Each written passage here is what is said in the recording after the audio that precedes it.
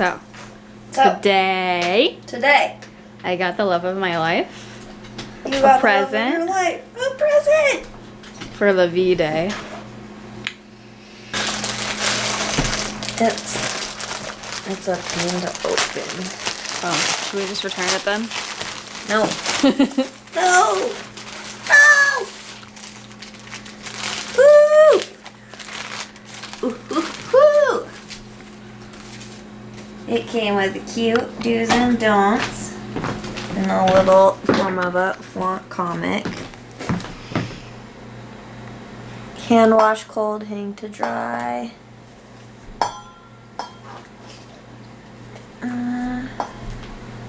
Hey! Leave that bottle alone. I'm not done with it yet. Okay, here it is. This is what it looks like. It's very light and pink and cute. The inside is yellowy, which I'm surprised about. Time to get naked. Yes. We're gonna edit the part after this out. Baby's first binder. It feels very good. It feels very comfy. Alright. I'm gonna go look at myself.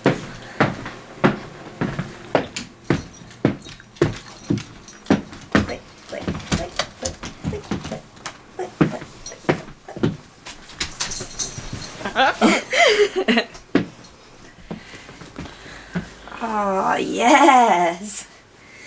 Yes. It's so perfect.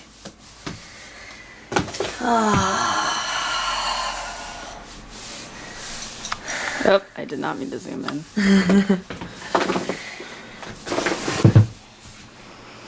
It feels so good.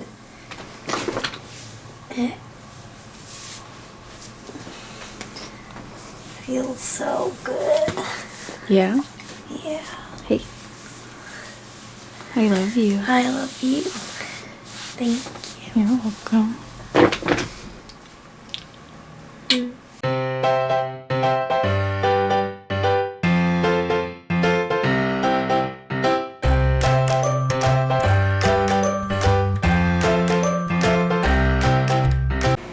What is up, guys? Ollie here. So obviously I'm shirtless. Today I'm going to talk a little bit about binding, the importance of binding, binder safety, and I just want you guys to see me naked. If you guys haven't seen it on my Instagram, please check it out. There are some pictures of when I first wore my binder. I've got a video. Obviously you saw the intro video here, which is me opening and trying on my binder for the first time, and some footage of that, and the true euphoria that comes with having a binder.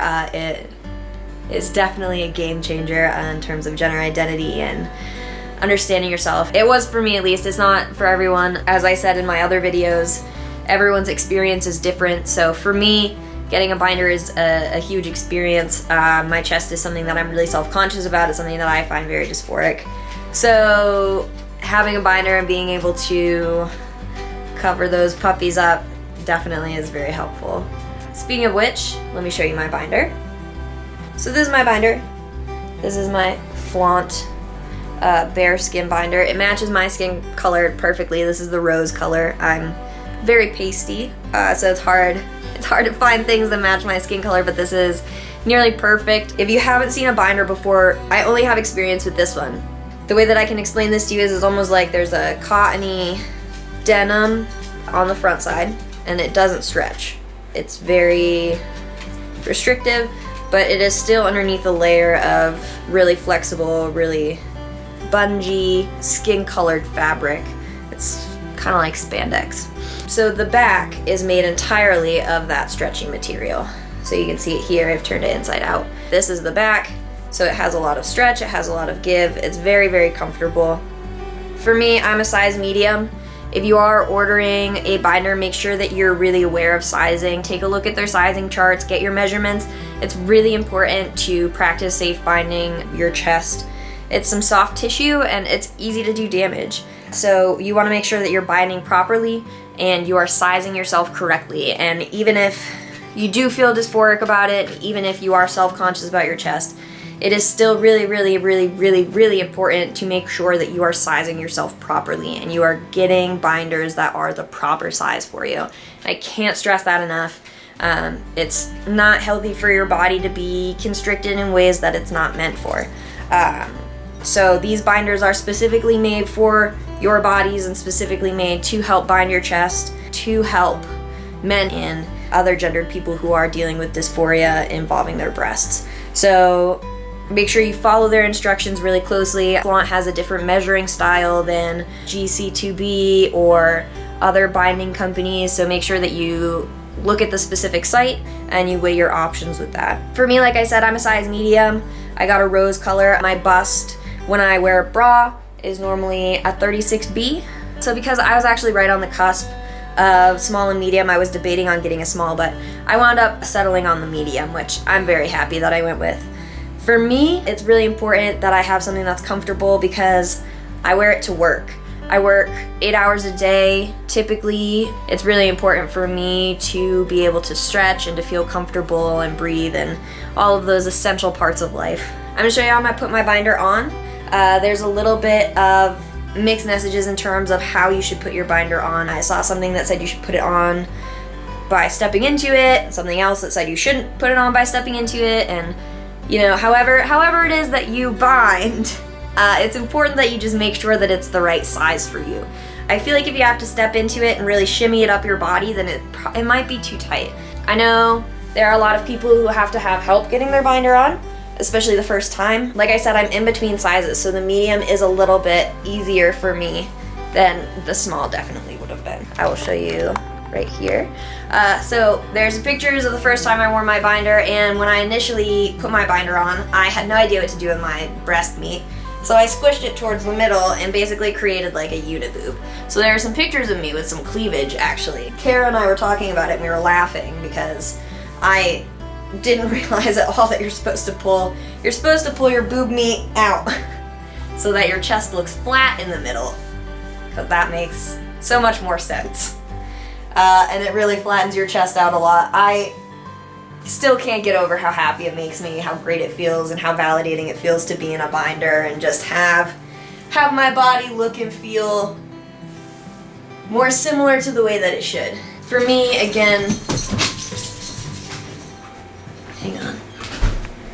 Okay, sorry. Kara just got back from class.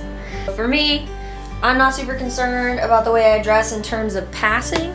It's not really a thing that I have to worry about. I started my job currently going by Ollie, and I still use the female bathroom. That really is just because it's more comfortable for me. 2 of the other locations that I work at, because I have to travel a little bit for my job, they have like private bathrooms, so I don't have to worry about gendered bathrooms aside from 1 location, and even then I don't feel uncomfortable personally. It'll be interesting once I start testosterone to see how that changes. But binding hasn't impacted that for me at all. It's just been a great experience. It's been really nice to get to see and know my body in this unfamiliar way. And I'm gonna talk a little bit about the kind of clothes that I wear, especially when I'm binding, especially when I'm working. So right now I'm wearing jeans. I don't normally wear jeans to work, only Fridays. But I wear these boxers. These are Goodfellow boxers. They're the Target brand. I think they're super comfy. We got just recently a 4-pack for about $15. So that's really not bad. That's a pretty decent price for a set of boxers, and they're a really nice material. It almost seems like they had like button-down scraps and they turned them into boxers because they're very soft, cottony, nice material. I'm also wearing Goodfellow jeans right now. These are men's jeans. Also, again, that Target brand. It's just the regular Target brand. I really like them. I really like their flannels. I really like their button-downs. I own a couple of their button-downs. I have a yellow one and a maroon one that I really like. And then I have a gray plain button-down that I wear from them that I really like as well. I usually get the small. They fit me pretty well, aside from around my hips, because I have pretty large hips and a pretty large butt. So when I go to button the last couple of buttons, it does tend to get a bit tight around my hip area. But that's just made a little bit easier by tucking my shirt in anyway. It kind of bunches up on the edge of my pants, and so I don't notice the fact that it's tight.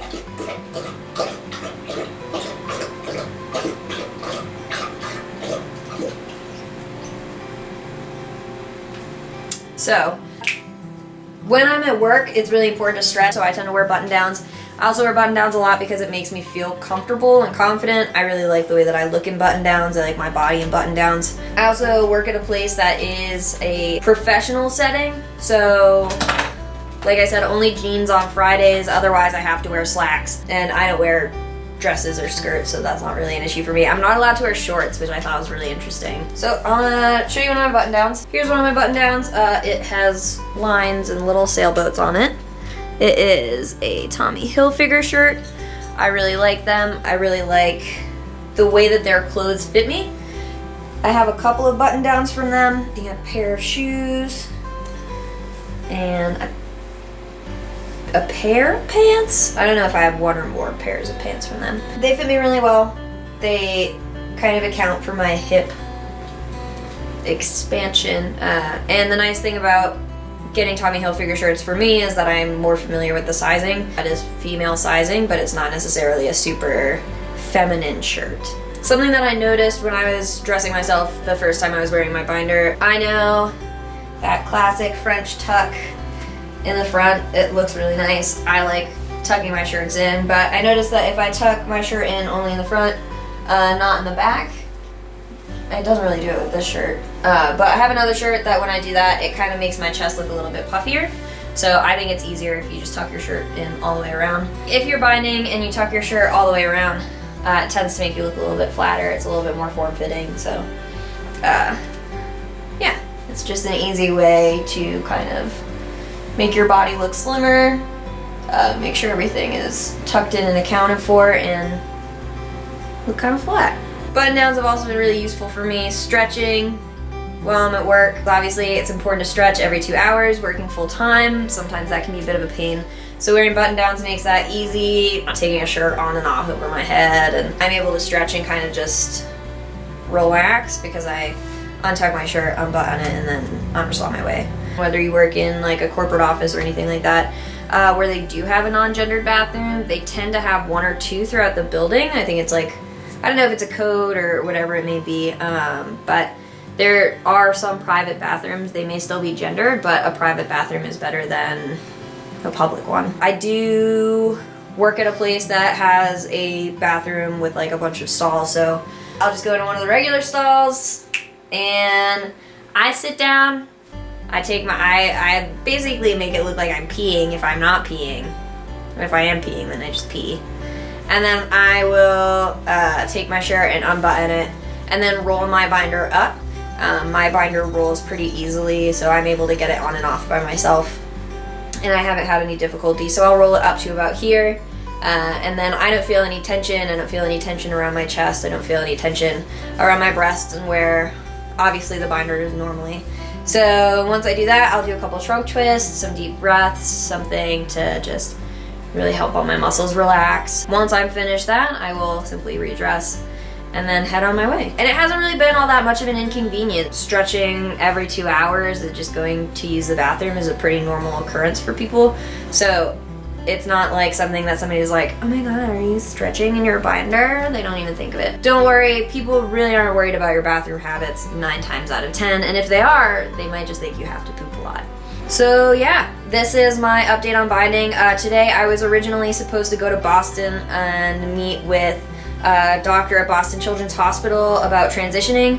Unfortunately, money-wise, that's not really viable right now. I live about 5 hours away in New York, and unfortunately it costs a lot of money to drive into Boston, take the train there, take the train back, and then get back in my car and drive home. Also, it takes about a day and a half out of my schedule with work and life and interrupting everything.